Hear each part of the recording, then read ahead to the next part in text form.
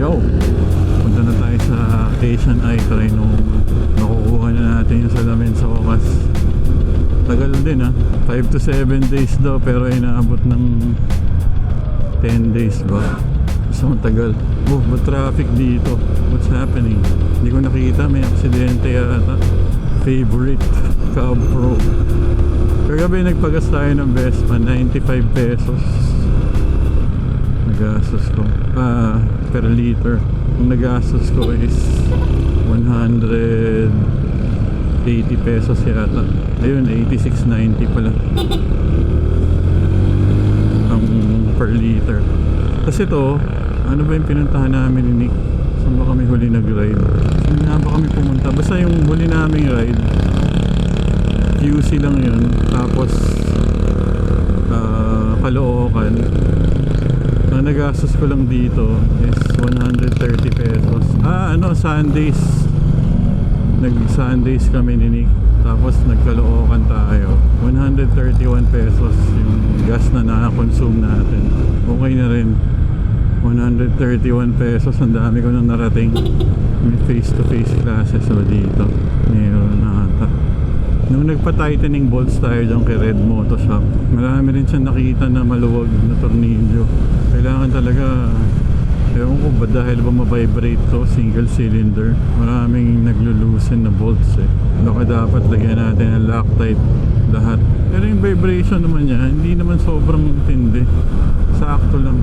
May sinare sa group kahapon yung isang kasama namin.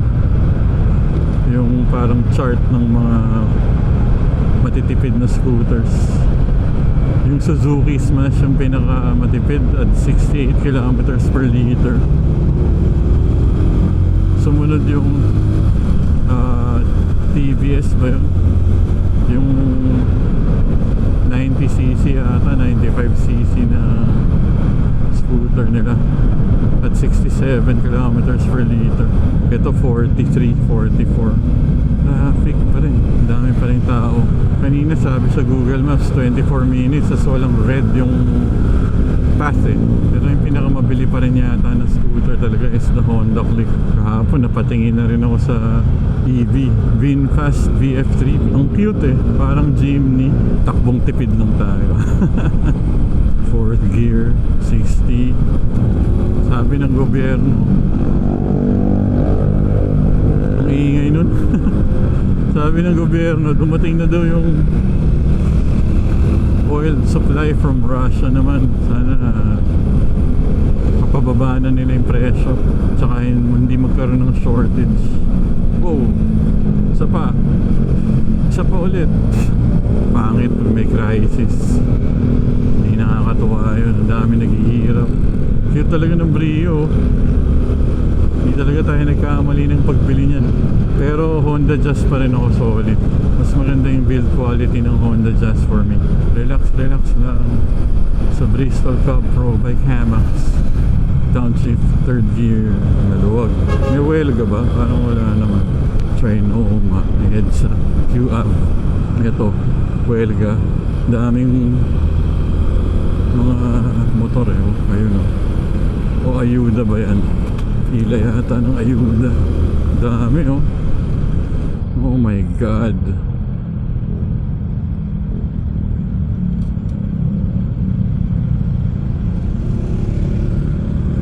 Basa saan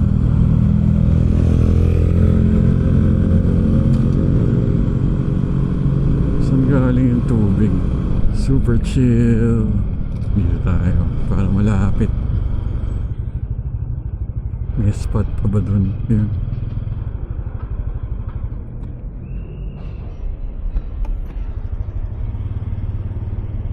Alright. Ang linaw. Ang linaw Sana tumagal ulit ng at least 2 to 3 years bago magpasukat ulit. Okay na? Alright.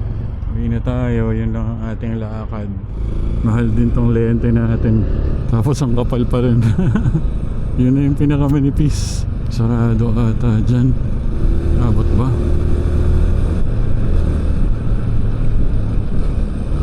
Wala na dito na lang. Kesa So magantay tayo dyan.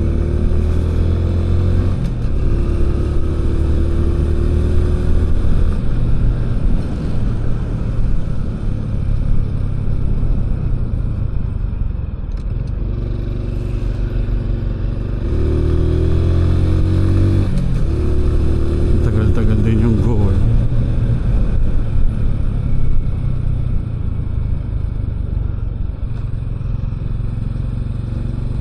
Stop din. Stop. Ayan, go na.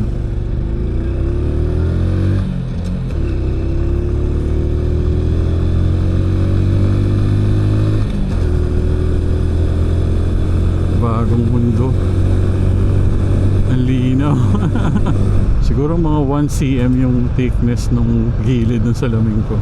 Almost tila ng ayuda.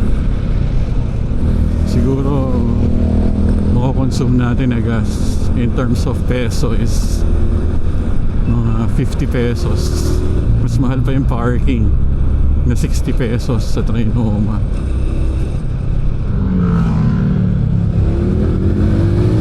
Mainit na, grabe, summer na. Tapos tataas na naman yung kuryente. Mga essentials and conveniences sa buhay. Siyempre hindi libre yun. Titi lang tayo, titi, takbong tipid. May aksidente pa kaya sa pababa.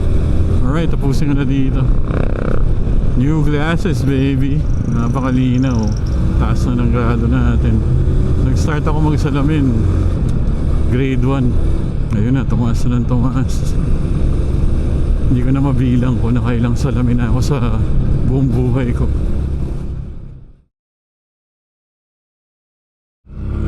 Yo, balik tayong Trinoma. Papa-adjust ko lang dun sa salamin. Kailangan ng i-adjust yung focus point ba. Progressive kasi to eh. Medyo mataas yung tutok. Tapos kailangan ilapit sa mukha para mas sumakto. Para siyang F1.2 na lente. Oh, traffic ah. Diesel max 115.4.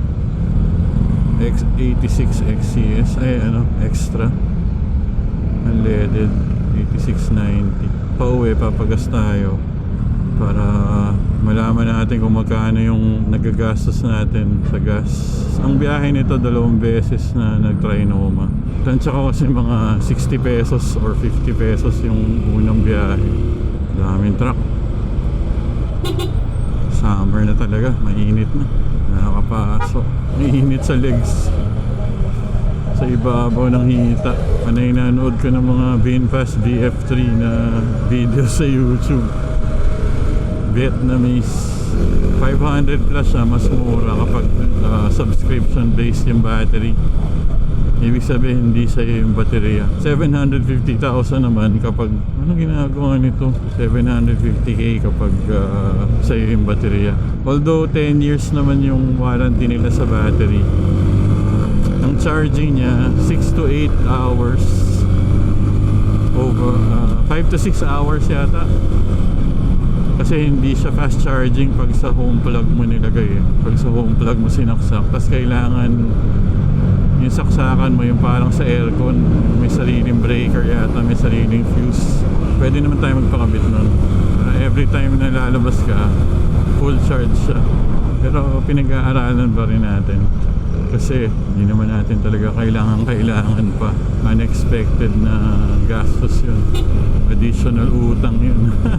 Ayaw natin may utang. Lumuwag ang ating camera. Maluwag na naman. Kailangan talaga niya ng Loctite. Ngayon, pag walang araw, okay pa yung hangin eh.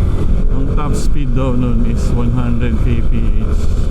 Kung city-city lang, pwede na yun. Pabilis na yung 100. Mas malamang gagamit ko lang ng misis ko. May bata. 3 sakay. Uhulihin ng MMDA yan, Brad. Delikado yan. Pag nakita ka ni Gabriel ko, yari ka. Itong Capro natin, single seater lang talaga ang setup natin dito. Bawal ang angkas. Sabadong hindi masyado traffic. Quezon up pa rin. Basa pa rin kaya dito? Wala na. Medyo may leak yan, kaya ganyan. Buti naman tinanggal na nila yung mga bloke ng barrier. Delikado yun eh. Sana huwag na nila ibalik. Oh my god, it's full. Ayun, may mga bakante pa naman. Pili na. Swertein ba tayo? Hindi eh.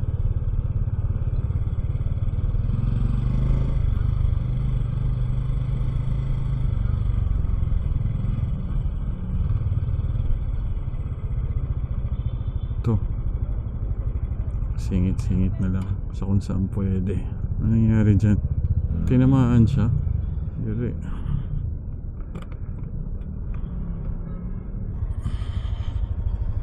Iniwan natin yung salamin. Papatabasan yung lens sa Zeiss. Zeiss nga pala yung lens natin. Okay na? Alright. In and out. Trinoma. Hindi na tayo nag-asam ng Taco Bell kasi gastos pa yun. Let's go. Stale red na ba yan? Habang na lang tayo dito. Sarap sana maghalo-halo, Jerry's. Nakakamiss din yun ha. Pwede. Ano kaya? Ano kaya? Again, yung mga rides natin puro mga necessary rides. Iwas gamit ng 4 wheels din. May ice cream pala kami sa bahay, Brad. Yun na lang, ice cream pag uwi. Pero top up muna natin to sa Petron, Batasan. Alam ko talaga BYD yung pinaka advanced yung battery technology. Kaso ang mahal eh. Milyones yun, Brad. Wala tayong ganun. Mamabaon tayo sa hukay ng utang. Wala, hindi tayo nakastrap. Strap muna tayo. Delikado to. Commonwealth pa naman. Safety strap. Okay. We are strapped. Let's go. Yung UP buy one take one shake, okay din yun. Kaso mag-detour pa tayo. Huwag na lang. Wow, Subaru. Is that a Subaru? Ganda ng tunog eh. Social eh. Sarap pa rin talaga magmotor. Kahit mainit ang halin tapat, tuloy-tuloy ka lang eh. Sabi nila huwag ka daw magpagas ng tanghalin tapat. Wala naman choice. Kung babiyahe pa tayo mamaya ulit para lang magpagas, sayang ang gas. Kailangan lahat ng kilos mo ngayon may dahilan eh. May purpose. Hindi pwedeng para lang mag-enjoy. Enjoyin mo na lang yung mga errands na gagawin mo, mga necessary rides. Is there a crowd? Madulas tayo dito, nakakahiya. Saan ang pila? Ang daming tao, shit. Sa Shell na lang. Di bale ng mas mahal. Mura lang naman papakarga natin. I don't wanna waste my time there. Kasi time is gold. Doon din yata ako nagpagas. 91 pinakarga ko dito. Try natin sa same pump. Binalik muna natin sa 91 kasi nga ang mahal ng 95. Okay naman. Shell. Cut off. Gano'ng katagal? Antayin ko na lang. Dito na eh. Sayang. Magkano ngayon 91? Oh shit. 10 piso ah. 10 piso yung lamang. Grabe. 2 beses tayo nag-Trinoma.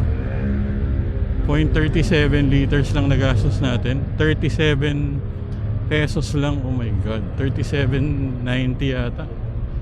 Lagay mo na sa 38. Tapos nagastos natin sa parking 120. Grabe to. 38 pesos. Lagay mo na. You're having fun and you're very fuel efficient. Bristol Cab Pro the best. Maraming salamat sa mga sumusubaybay. Huwag nyo nang i-share. Hati-natin lang to. DJ DLS. Peace out.